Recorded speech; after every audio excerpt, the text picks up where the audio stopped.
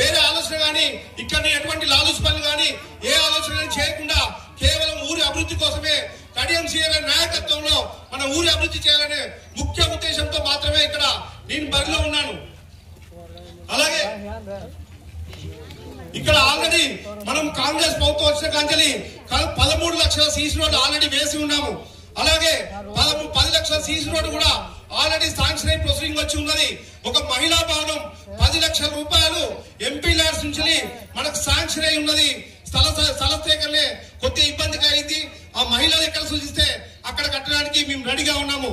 అలాగే ఒకటి మనం పోయి అడగగానే ఒక ఆర్టీసీ బస్సును ఎంబడే మంజూరు చేయించిన ఘనత మన కడియం సీఆర్ గారిది.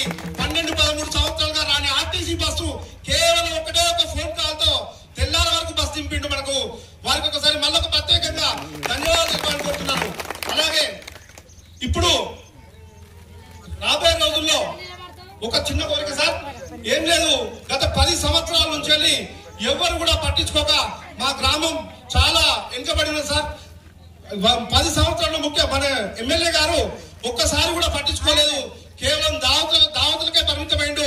కాశవాణి గూడెం అని పక్కకే ఉంటుంది సార్. కాశవాణి గూడెం వాళ్ళు రోడ్డు కావాలని కనీసం ఒక 100 సార్లు కాదు 1000 సార్లు రిక్వెస్ట్ ఇచ్చుంటారు.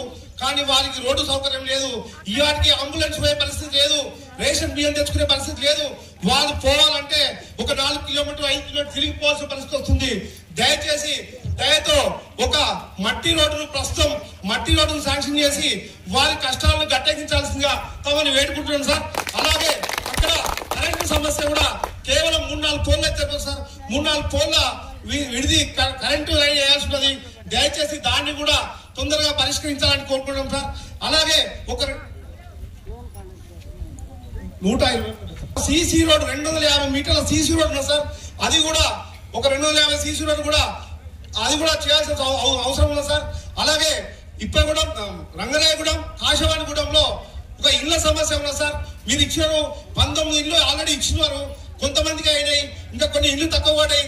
దయచేసి ఈ సంవత్సరంలో మాకు ఎస్సీ జనాభా ఎక్కువ ఉంటది. దయచేసి కొద్దిగా మీ దయ ఉంచి మిగతా వాటికంటే మెరుగ్గా ఇక్కడ ఒక కొన్ని ఎక్కువ ఇల్లు ఇవ్వాలని మిమ్మల్ని కోరుకుంటున్నాం సార్. అలాగే ఇక్కడ ఎస్సీ కమ్యూనిటీ ఎక్కువ ఉంది కాబట్టి ఒక ఎస్సీ కమ్యూనిటీ హాల్ కూడా మాకు మంజూరు ఇప్పించాల్సిందిగా మిమ్మల్ని వేడుకుంటున్నాం సార్. అలాగే ఇక్కడ చర్చ్ వరకు ఆల్రెడీ రోడ్డు మీరు శాంక్షన్ చేశారు సార్.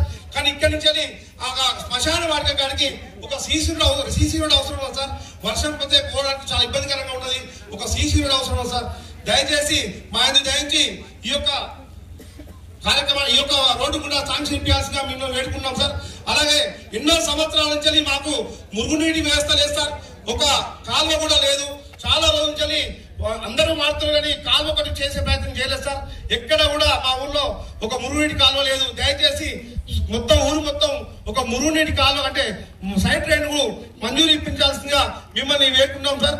ఇంకోటి, ఒకవేళ శిరీష్ రెడ్డి గారు గెలిస్తే ఊరు బాగుపడుతుంది, వేరే వాడు గెలిస్తే ఊరు ఆగమవుతుంది. మరి ఊరును ఆగం చేసుకుందామా, ఊరును బాగు చేసుకుందామా ఒక్కసారి ఆలోచించండి. శిరీష్ రెడ్డి గారు ప్రతిరోజు రంగనాయగూడెం గురించి ఆలోచిస్తుంటాడు. మా రంగనాయగూడెం చిన్న గ్రామం అయినా కొంచెం పెద్ద మనసుతో నిధులు ఇవ్వాలని చెప్తుంటాడు. ఇక్కడి నుంచే మరి మనకు అజయ్ ఉన్నాడు, తోట వెంకన్న ఉన్నాడు. వీళ్ళందరూ కూడా నాయకులు ఎప్పటికప్పుడు ఈ చిన్న గ్రామం గురించి కాశగూడెం రోడ్డు గురించి ఎప్పటికీ మాట్లాడుతుంటారు, చెప్తూనే ఉంటారు నాకు.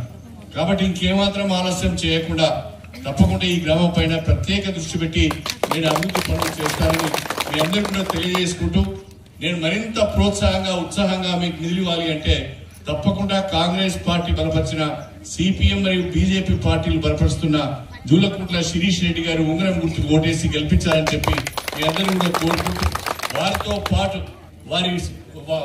పాటు వారి ప్యానెల్లో ఉన్న వార్డు సభ్యులందరూ కూడా గెలిపించాలని కోరుకుంటూ నేను మీ అందరి దగ్గర సెలవు తీసుకుంటున్నాను.